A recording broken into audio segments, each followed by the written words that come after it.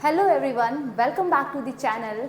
आज हम बात करने वाले हैं फैक्टर्स इन्फ्लुएंसिंग डिमांड में। पिछली वीडियो में हम लोगों ने डिस्कस किया था डिमांड का मीनिंग, और आज के इस वीडियो में हम डिस्कस करने वाले हैं कि वो कौन कौन से एलिमेंट या फैक्टर्स हैं जो किसी भी प्रोडक्ट की डिमांड को बाजार में यानी मार्केट में घटाने या बढ़ाने में इंपॉर्टेंट रोल प्ले करते हैं। तो कुछ मैंने यहाँ पे फैक्टर्स मेंशन कर रखे हैं डिटेल में, वन बाय वन करके हम इन सारे फैक्टर्स को करते चलेंगे। पर पहले एक नज़र में एक सारे फैक्टर्स को देख लेते हैं कि कौन कौन से एलिमेंट्स हैं जो बाजार में प्रोडक्ट की डिमांड पे असर डालने वाले हैं। तो सबसे पहला जो प्रोडक्ट की डिमांड को इन्फ्लुएंस करता है, किसी भी प्रोडक्ट की डिमांड को इन्फ्लुएंस करेगा, वो होगा उस कमोडिटी का खुद का प्राइस यानी प्राइस ऑफ द कमोडिटी। दूसरा फैक्टर है प्राइस ऑफ रिलेटेड गुड्स। कभी कभी बाजार में एक कमोडिटी की डिमांड अपने खुद के प्राइस में चेंज आने की वजह से चेंज नहीं होती, बल्कि किसी अदर कमोडिटी का प्राइस बदल रहा है और उसकी वजह से एक कमोडिटी की डिमांड चेंज हो रही है। तो इस फैक्टर को हम बोलते हैं प्राइस ऑफ रिलेटेड गुड। उसी तरीके से कंज्यूमर की income, taste and preference of consumer, future expectation of consumer, credit policy आपकी इकोनॉमी में क्या है, डेमॉन्स्ट्रेशन इफेक्ट क्या है, गवर्नमेंट की policy, size and composition of population, climate, income distribution. तो ये टोटल कुछ फैक्टर्स मैंने यहाँ पे मेंशन कर रखे हैं जिनको हम वन बाय वन करेंगे ताकि आपको क्लियरली समझ में आए कि कौन कौन से एलिमेंट बाजार में प्रोडक्ट की डिमांड पे असर क्रिएट करेंगे। चलिए तो शुरू करते हैं अपने सबसे पहले फैक्टर या एलिमेंट के साथ जो प्रोडक्ट की डिमांड पे सीधे तौर पे असर डालता है, और ये सबसे पहला फैक्टर है कमोडिटी का खुद का प्राइस। तो याद रखिएगा, किसी भी प्रोडक्ट की डिमांड पे जो सबसे ज़्यादा सबसे तगड़ा असर क्रिएट करता है, प्रोडक्ट की डिमांड को इंस्टेंटली चेंज करने में पावरफुल है, वो है उस कमोडिटी का खुद का प्राइस। याद रखिएगा कि जब भी, कॉमन सेंस भी आप यहाँ पे यूज कर सकते हो अपना। देखो यार, जब भी किसी भी कमोडिटी का प्राइस बढ़ता है तो जनरली कंज्यूमर क्या करता है कि यार ये चीज महंगी हो गई है, थोड़ा कम खरीदते हैं। यानी कमोडिटी का प्राइस बढ़ा और आपने झट से डिमांड क्या कर दी, कम कर दी। यानी कि प्राइस ने असर डाला किसके ऊपर, प्रोडक्ट की डिमांड के ऊपर। और जब भी मार्केट में कोई चीज सस्ती हो जाती है यानी कि उसका प्राइस गिर जाता है, प्राइस कम होने लगता है, तो आप क्या करते कि ला यार ये कमोडिटी सस्ती है, इसको अब हम क्या कर लें, ज्यादा परचेज करें, या अब हम इस कमोडिटी को ज्यादा परचेज कर सकते हैं। तो यहाँ पे प्राइस गिरा, उसकी वजह से कंज्यूमर ने झट से उस प्रोडक्ट की डिमांड को क्या कर दिया, बढ़ा दिया। तो यहाँ पे डिमांड घट या बढ़ रही है किसमें चेंज आने की वजह से, उस कमोडिटी के खुद के प्राइस में चेंज आने की वजह से। तो अब एक चीज याद रखिएगा कि जब हम नॉर्मल कंडीशंस की बात करते हैं, नॉर्मल सेंस में बात करते हैं, तो याद रखेंगे कि नॉर्मल कंडीशन कहता है कि भाई देखो, किसी कमोडिटी का प्राइस अगर बढ़ेगा तो उस कमोडिटी की क्वांटिटी डिमांडेड क्या हो जाएगी, कम हो जाएगी। एक एग्जांपल से समझते हैं, जैसे फिर यहाँ पे हम एक एग्जांपल ले रहे हैं प्राइस ऑफ टोमेटो, और यहाँ पे हमने ले ली quantity demanded of tomato, sorry,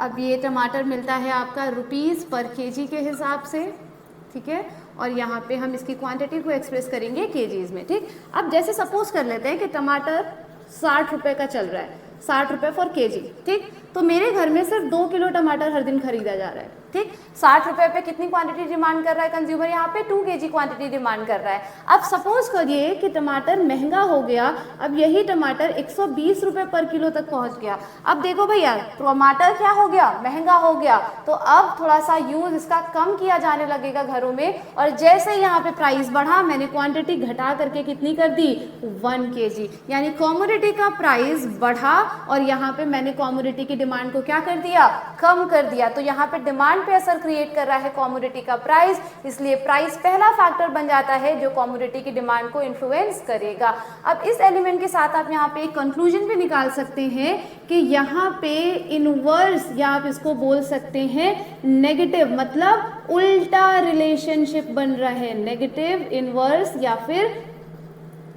indirect relation भी आप इसको बोल सकते हो। नेगेटिव या इनवर्स रिलेशन का मतलब प्राइस बढ़ा तो डिमांड घट गई, प्राइस क्या हुआ यहाँ पे देखिए, बढ़ गया तो डिमांड क्या हो गई, घट गई। एक बढ़ रहा है दूसरा घट रहा है, तो किस तरीके का रिलेशन शेयर कर रहा है यहाँ पे, प्राइस और क्वांटिटी डिमांडेड के बीच में। तो याद रखिएगा इनवर्स या नेगेटिव रिलेशन।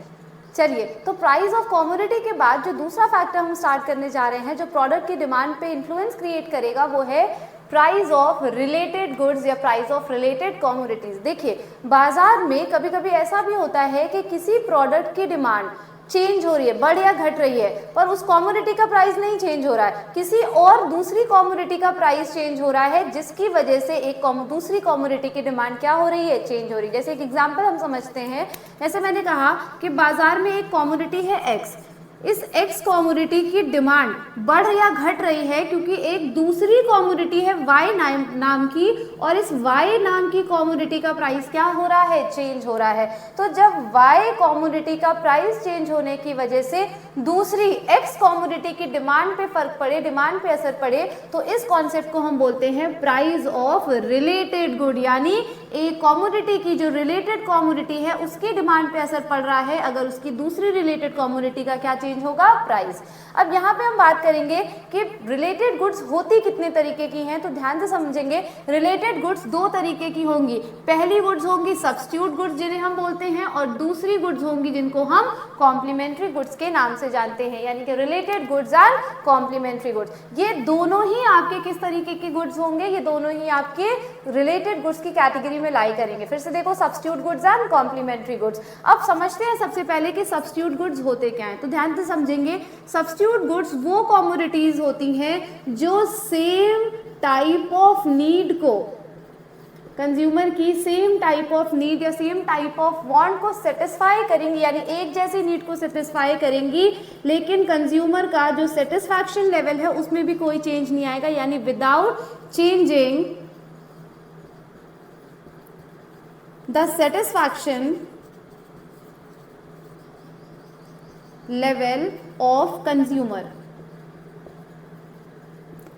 एग्जाम्पल के तौर पे हम ले सकते हैं टी एंड कॉफ़ी। तो ध्यान से समझेंगे, टी एंड कॉफ़ी ये एक दूसरे के सब्स्टिट्यूट गुड्स हैं, यानी कि टी की जगह पे हम कॉफ़ी यूज़ कर सकते हैं और कॉफ़ी की जगह पे हम क्या इस्तेमाल कर सकते हैं, चाय का इस्तेमाल कर सकते हैं। यानी यहाँ पे टी और coffee same type of want को सेटिस्फाई कर रही हैं, एक दूसरे की जगह पे एज इट इज़ यूज़ की जा सकती हैं, और इसीलिए कंज्यूमर केस को एक जैसा सेटिस्फैक्शन प्रोवाइड कर रही है, यानी कि कंज्यूमर के सेटिस्फैक्शन लेवल में किसी भी तरीके का चेंज नहीं आएगा। तो तीन चीज़ें आपको याद रखनी है। सब्स्टिट्यूट गुड्स वो गुड्स होती हैं जो एक की जगह पे एज इट इज़ क्या की जा सके, दूसरी यूज़ की जा सके, कंज्यूमर की एक जैसी नीड्स या सेम टाइप ऑफ नीड्स को सेटिस्फाई करेंगी और कंज्यूमर को एक ही जैसा सेटिस्फैक्शन प्रोवाइड करेंगे। कंज्यूमर के सेटिस्फैक्शन में कोई चेंज नहीं आएगा, चाहे कंज्यूमर चाय इस्तेमाल करे या चाय की जगह पे क्या इस्तेमाल करे, कॉफ़ी इस्तेमाल करे। अब ध्यान से समझते हैं, तो टी एंड कॉफ़ी यहाँ पे किस तरीके के गुड्स हो गए, सब्स्टिट्यूट गुड्स। अब टी और कॉफ़ी में आपको एक चीज़ यहाँ पे देखना पड़ेगा, टी एंड कॉफ़ी में एक चीज़ आपको यहाँ पे देखना पड़ेगा, और वो क्या है कि टी और कॉफ़ी दो कमोडिटीज़ हैं। यहाँ पे हम एक की डिमांड लेंगे, तो यहाँ पे हमने ले लिया क्वांटिटी डिमांडेड ऑफ टी, और देखेंगे इस पे क्या असर पड़ेगा प्राइस ऑफ कॉफ़ी का, यानी कि अगर कॉफ़ी का प्राइस क्या हो जाता है बाजार में, चेंज हो जाता है। ठीक है, तो टी की डिमांड ली, यानी एक कमोडिटी की हमने डिमांड ली है और हमें देखना है कि उसकी जो रिलेटेड कमोडिटी है, सब्स्टिट्यूट कमोडिटी है कॉफ़ी, अगर उसका प्राइस चेंज होता है तो टी की डिमांड पे क्या असर पड़ेगा। अब ध्यान से समझो, जनरली कॉफ़ी क्या होती है, चाय के कंपैरिजन में महंगी होती है, इसीलिए नॉर्मली कंज्यूमर इसको थोड़ा कम कंज्यूम करता है क्योंकि महंगी है, और उसकी जगह पे क्या कंज्यूम करता है, चाय कंज्यूम करता है। मान लेते हैं यहाँ पे कॉफ़ी थी 120 रुपये, मान लेते हैं, कोई भी एग्जाम्पल ले लेते हैं, फॉर 100 ग्राम, 100 ग्राम। अगर 100 ग्राम का तुमको कॉफ़ी का पैकेट लेना है तो तुम्हें कितने की मिलेगी, 120 रुपये की मिलेगी। ठीक, उस टाइम पे मान लेते हैं कि मेरे घर में, दो तो ज़्यादा हो जाएगा, 1 kg चाय आ रही थी, 1 किलो चाय आ रही थी महीने भर के राशन के हिसाब से। ठीक, अब मान लो कि कॉफ़ी बाज़ार में और महंगी हो गई। ठीक, कॉफ़ी बाज़ार में और महंगी हो गई और कॉफ़ी बढ़ करके हो गया इसका प्राइस 150 रुपये फॉर 100 ग्राम। तो ध्यान से देखो, कॉफ़ी का प्राइस बढ़ा, कॉफ़ी बाज़ार में और महंगी हो जाएगी, तो कॉफ़ी की जगह पे अब कंज्यूमर क्या करेगा, चाय को पीना ज़्यादा शुरू करेगा, क्योंकि कॉफ़ी के कंपैरिजन में चाय अभी भी सस्ती है, तो अफोर्डेबिलिटी चाय की ज़्यादा बनेगी यहाँ पे, और इसी वजह से कॉफ़ी जैसे ही महंगी होगी यहाँ पे कंज्यूमर चाय की डिमांड को क्या कर देगा, बढ़ा देगा। तो ध्यान से समझना, यहाँ पे चाय की डिमांड बढ़ी है, लेकिन चाय की डिमांड के बढ़ने के पीछे रीज़न चाय का प्राइस नहीं है, बल्कि उसकी जो रिलेटेड गुड है, सब्स्टिट्यूट गुड कॉफी, उसका प्राइस यहाँ पे चेंज हुआ है और उसकी वजह से चाय की डिमांड यहाँ पे क्या हो गई है, बढ़ गई है। तो अगर आप यहाँ पे ध्यान से देखें तो एक कॉमोडिटी के प्राइस में और उसकी रिलेटेड कॉमोडिटी सब्स्टिट्यूट गुड जो कि चाय है, यहाँ पे टी है, उसकी डिमांड में कैसा रिलेशनशिप स्टैब्लिश हो रहा है। तो देखो कॉफी बढ़ी, कॉफी महंगी हुई, चाय की डिमांड भी क्या हो गई, बढ़ गई। तो याद रखिएगा कि सब्स्टिट्यूट गुड्स में हमेशा डायरेक्ट या फिर आप यहाँ पे टर्म यूज कर सकते हैं पॉजिटिव रिलेशन होता है, लेकिन किसके किसके बीच में, ध्यान से सुनिएगा और लिखते जाइएगा, between the price of a commodity and quantity demanded of its related substitute good. कैसा रिलेशन, डायरेक्ट रिलेशन, प्राइस बढ़ा डिमांड भी बढ़ गई। ठीक, अगर हम इसको ग्राफिकल फॉर्म में एक्सप्रेस करें, ग्राफ के फॉर्म से समझे तो जरा बोर्ड पे देखिएगा और साथ साथ अपनी कॉपी और पेन का यहाँ पे यूज करेंगे। अब हमने देखो यहाँ पे चाय की क्या ली है, डिमांड ली है, तो जो एक्स एक्सिस है यहाँ पे आ जाएगा क्वांटिटी डिमांडेड ऑफ टी। ठीक, ये डायरेक्ट रिलेशन में यहाँ से हटा देती हूँ और ये जो वाई एक्सिस है यहाँ पे आ जाएगा प्राइस। अब प्राइस किसका लेना है, रिलेटेड कॉमोडिटी का टर्म पढ़ रहे हैं, तो प्राइस किसका लेना है, उसकी रिलेटेड कॉमोडिटी जो कि कॉफी है यहाँ पे। तो वाई एक्सिस पे हमने लिया है price of coffee, x axis पे लिया है हमने क्वांटिटी डिमांडेड ऑफ टी। अब ध्यान से देखो कॉफी कितने रुपए की, 120 रुपए की, यहाँ पे मार्क कर लेते हैं कि कॉफी 120 रुपीज की है। उस टाइम पे हम कितना केजी चाय का डिमांड कर रहे हैं, सिर्फ 1 केजी चाय का डिमांड कर रहे हैं, तो at rupees 120 quantity demanded tea की कितनी है, सिर्फ 1 केजी है।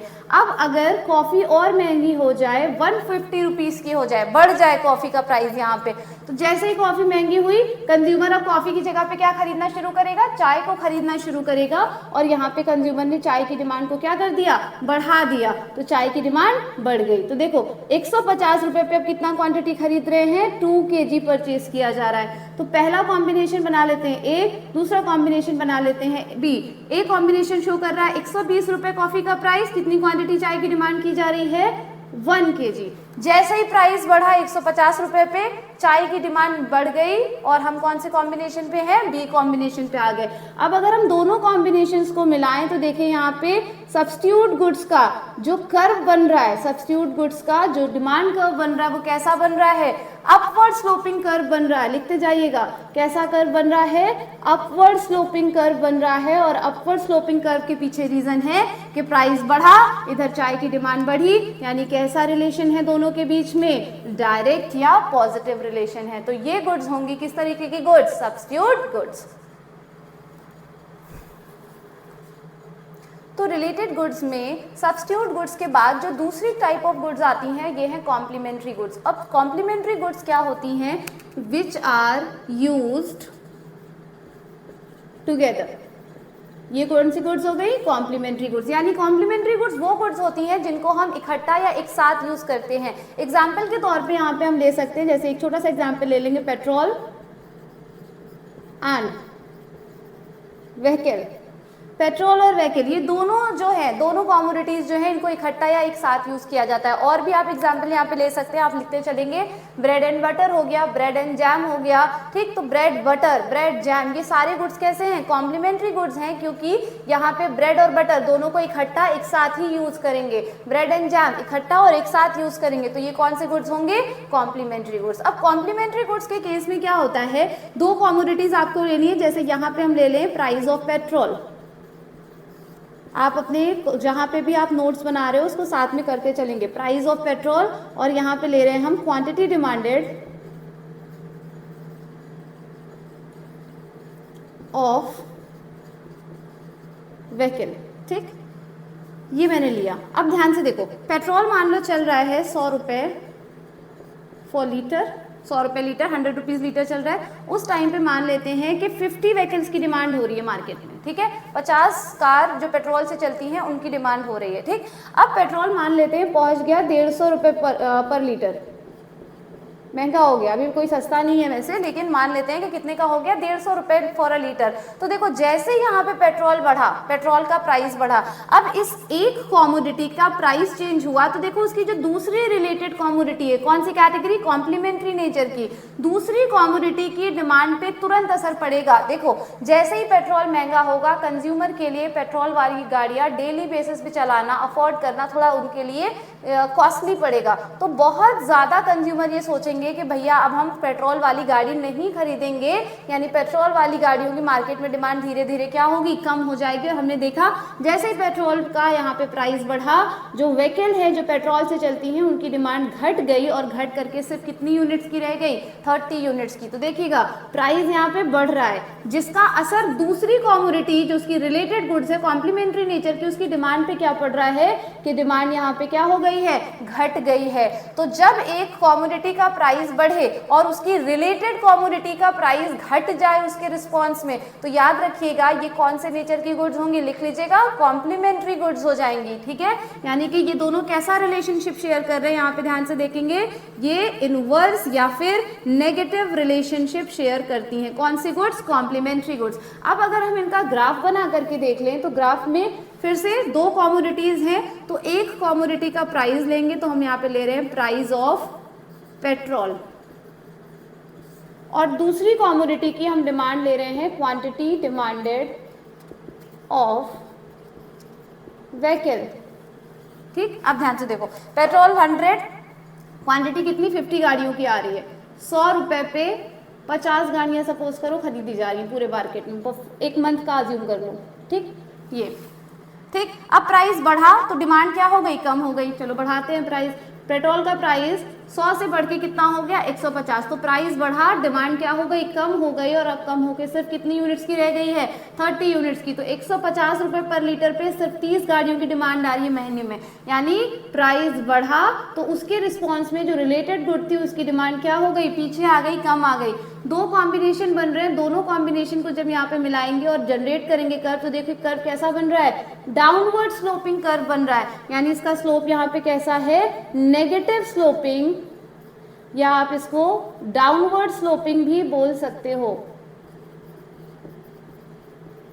और ये डाउनवर्ड स्लोपिंग या नेगेटिव स्लोपिंग कर्व क्यों बन रहा है, क्योंकि प्राइस यहाँ पे क्या हो रहा है, बढ़ा, जिसकी वजह से रिलेटेड कॉमोडिटी की डिमांड घट गई, और कर्व कैसा जनरेट हुआ, नेगेटिव या डाउनवर्ड स्लोपिंग, क्योंकि दोनों में एक कॉमोडिटी के प्राइस में और उसकी रिलेटेड कॉमोडिटी की डिमांड में कैसा रिलेशन है, इनवर्स रिलेशन। तो ये गुड्स कौन से होंगे, कॉम्प्लीमेंट्री गुड्स।